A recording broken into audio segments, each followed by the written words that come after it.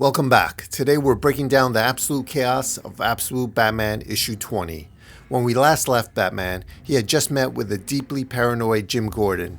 After handing Bruce files detailing how his transformation into Batman was entirely orchestrated by Jack Grimm, a terrified Gordon then leaps to his death. While we later learned that Scarecrow's fear toxin drove Gordon to suicide, Batman was framed for the tragedy. To make matters worse, Absolute Deathstroke, now working alongside Grimm, has unveiled a new Robin program, specifically engineered to hunt Batman down. With all this craziness going down, let's see what happens in this issue. In this universe, Jack Grimm is the billionaire, while Bruce Wayne is a working-class construction worker.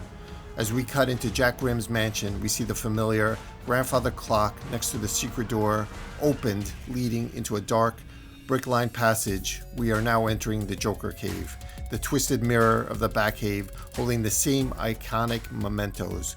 We see Jack Grimm sitting in front of monitors, watching Batman laughing hysterically. We now see the monstrous Joker sitting in a high-tech chair, manically laughing, attached to two wires, sucking in the fetus-like growths, tempering down his monster side. To a television news set, the anchor telling the mayor, "It's wild. The program hasn't even launched yet. And already, Gotham seems to have fallen in love with the Robins. Everyone has their favorite. So what do you think is the secret to their popularity, Mayor Hill?" As the mayor responds, "Well, Buzz, as the man behind the initiative, I think the reason is very simple. They're the opposite of the Batman. These brave young men and women have each suffered great personal tragedy." As we cut to a file of Bruce Wayne holding a bat, yet they use it as motivation to make the world better. Whatever dark forces created the Batman, he has chosen to gleefully lash out at Gotham through terror and violence. He's an agent of chaos, a cowled prince of crime. As we see a TV playing in the dark room, in front of him, an unmasked Bruce Wayne crouched on the floor, surrounded by files and papers. As Mayor continues, "But now the city has finally seen his true," as he clicks off the TV. As he continues to review the case files, newspaper clippings, a zoom map, and photos scattered on the floor, including a mugshot of Joe Chill, an angry Bruce Wayne. His eyes are intense, staring down at the file, as we see Dr. Crane believes Bruce to be susceptible. A Gordon calling to Batman, asking, "Batman, are you there? Please just tell me, you didn't do it, did you?" As we see Bruce Wayne crouching on the floor, holding files in his hand as he looks up in despair toward the Jim Gordon's trench coat hanging on the brick wall behind him. Pennyworth yelling through a big metal door, "Kid, it's been days. I'm going to need some proof of life," as Harley comes in yelling, "Out of the way, old man!" "What are you doing, Mrs. Quinn? It's a computerized vault. A simple hammer won't..." As we see a close-up of Harley raising this massive sledgehammer, she says, "It's not a hammer. It's a 92,000-volt magnesium-amplified double lithium electrochemical thunder effing mallet. Nothing I use is simple, Jeeves. Now move!" Harley slams a heavy mallet into the vault door, causing a massive bright yellow explosion of electricity, opening it. As we find Bruce has already left. As we hear Pennyworth, "Kid, Bruce." He's gone. Turned off his comms too. "Any ideas, Mrs. Quinn?" As Harley, looking at documents on the floor, she says, "Oh no." Now cut to Waylon Jones talking to Eddie Nigma as he says, "We have to help him, man. He's lost in his head." "Eddie?" Eddie, wearing a high-tech helmet connected to overhead cables, screaming out calculations and answers. "Answer, Ricky flow with surgery. Answer, neutrinos." Waylon, "I get it, okay? You have every right to be angry at Bruce. You all do. But damn it, can't you at least look at me when I'm talking to you?" "I am looking at you, and I'm not angry anymore. I'm just occupied. We're all occupied, Way." "Occupied or not, we need to figure this thing out." "Figure what out, pal?" "The way forward, man. Now, where's Harvey?" Eddie says, "Let's take a look." As the digital screen shifts to display a surveillance feed of Harvey Dent surrounded by people at a party, as we see him flipping a poker chip. Eddie, 39 cases in all. Killers, thieves, set free because of Harvey's partnership with Batman. So yeah, occupied. Waylon asks, "And Ozzy?" As the digital screen changes again to show surveillance footage of a nightclub or lounge floor, as we hear, "I don't know, boss.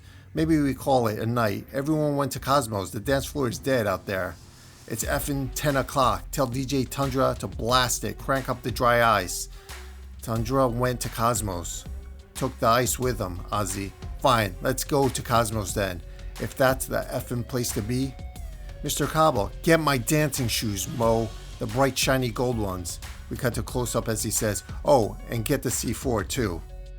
Eddie, like I said, everyone's occupied with, as Waylon reaches out, grabs Eddie by the arm, pulling him down.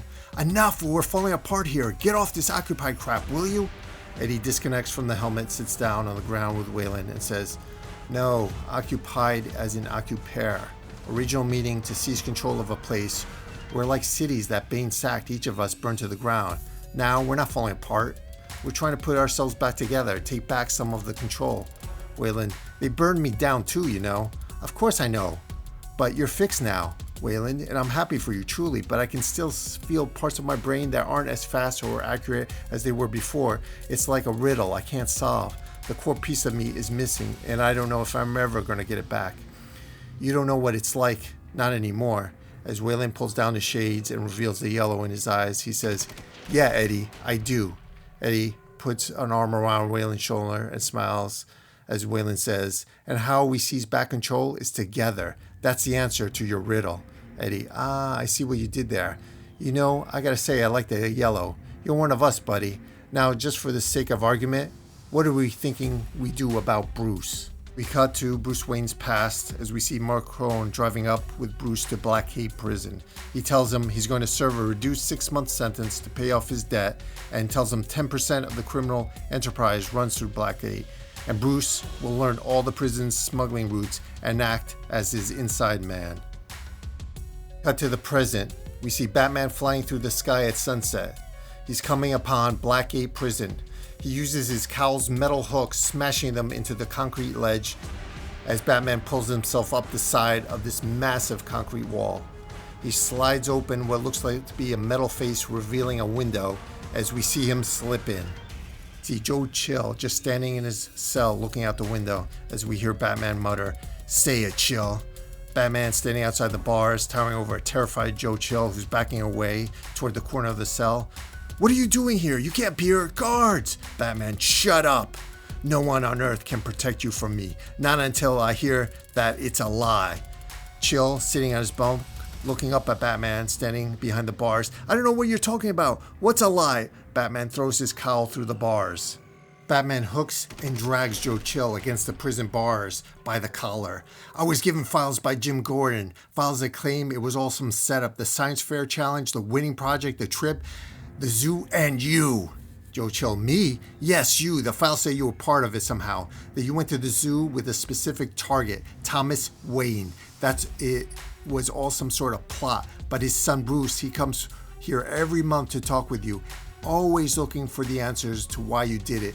And you give him nothing but mumbles and whispers. That man, he pores over the tapes trying to decipher them, decipher you, all in an effort to understand, to stop it from happening again to some other kid. You were an agent or some master plan.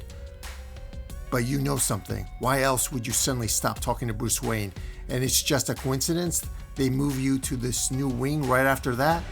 Joe Chill screams, "Help me, someone, help me!" Batman, "Say it. Say it's a lie." As we see Scarecrow sitting on the lower bunk, lighting a cigarette as he says, "Easy there, friends." Batman, "You killed Jim Gordon." "Me? I heard it was you. But my guess, it just became too much for him. Happens a lot these days." Scarecrow says, "Joe, how about you let the two of us talk? Maybe go make your bed." Chill, "Sure, good idea.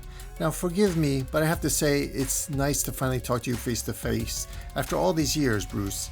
I get why you're angry though. I do. None of this makes a lick of sense. The Batman Project, some big decades-long conspiracy to make you into this? But that's because you're missing the key, the reason for it, why you of all people. But see, that's the best part. Batman, why would I listen to you? You're just another one of his crappy operatives." Scarecrow leans in close to the bars, his button eyes gleaming as he delivers a shocking revelation.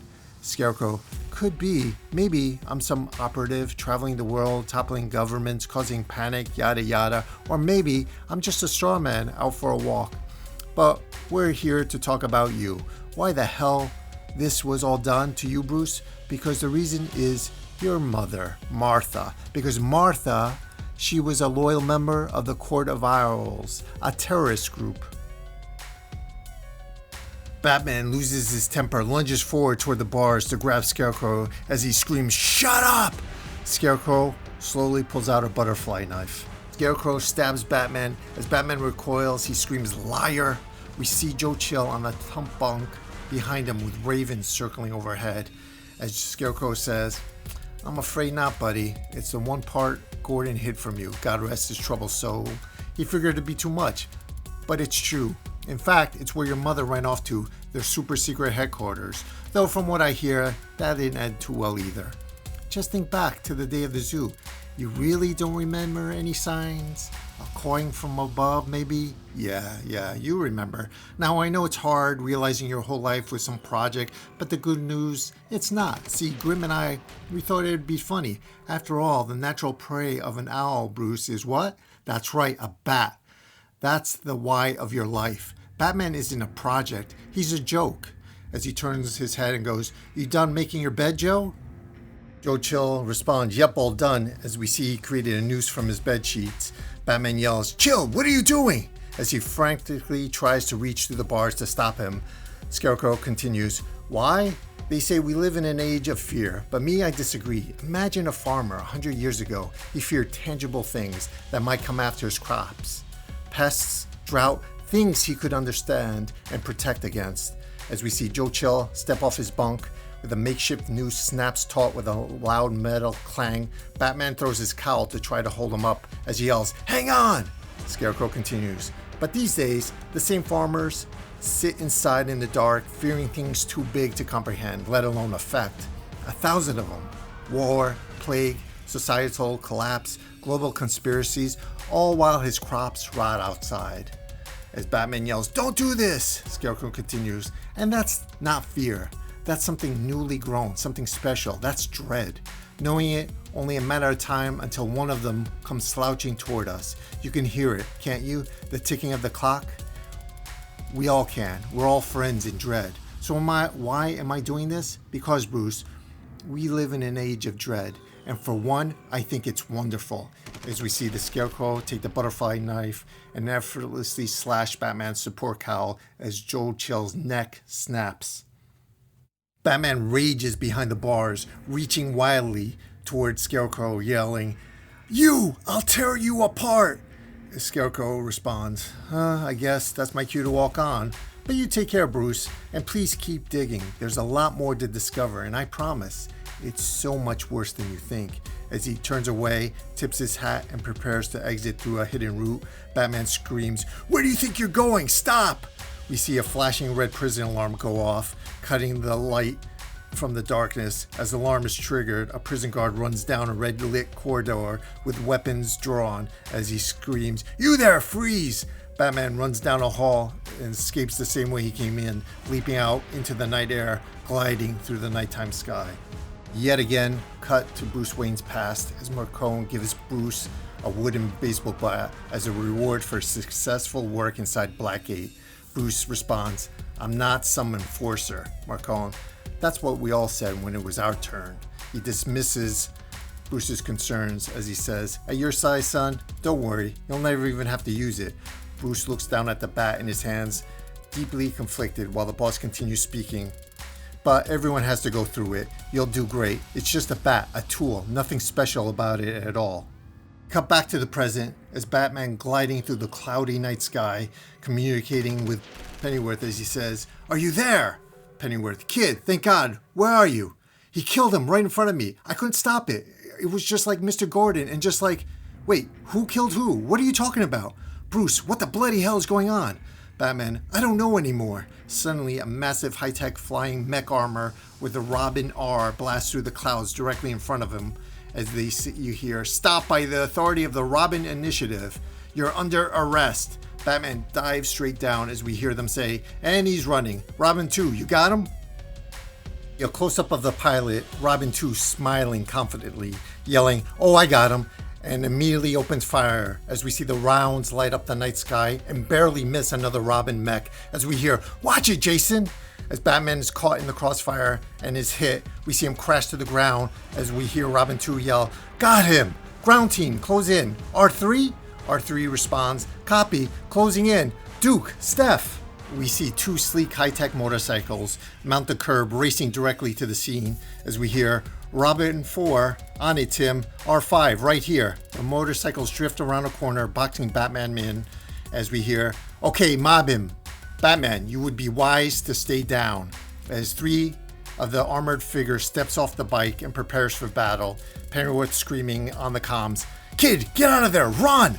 Batman stands up defiantly and says no as he pulls out his bat axe, and we hear the squad leader say, all right then, Batman, time's up. And that wraps up issue 20 of Absolute Batman. Things are getting way more intense with every single issue. Drop me a comment and let me know what you guys think. Thanks for watching, and I'll catch you next time.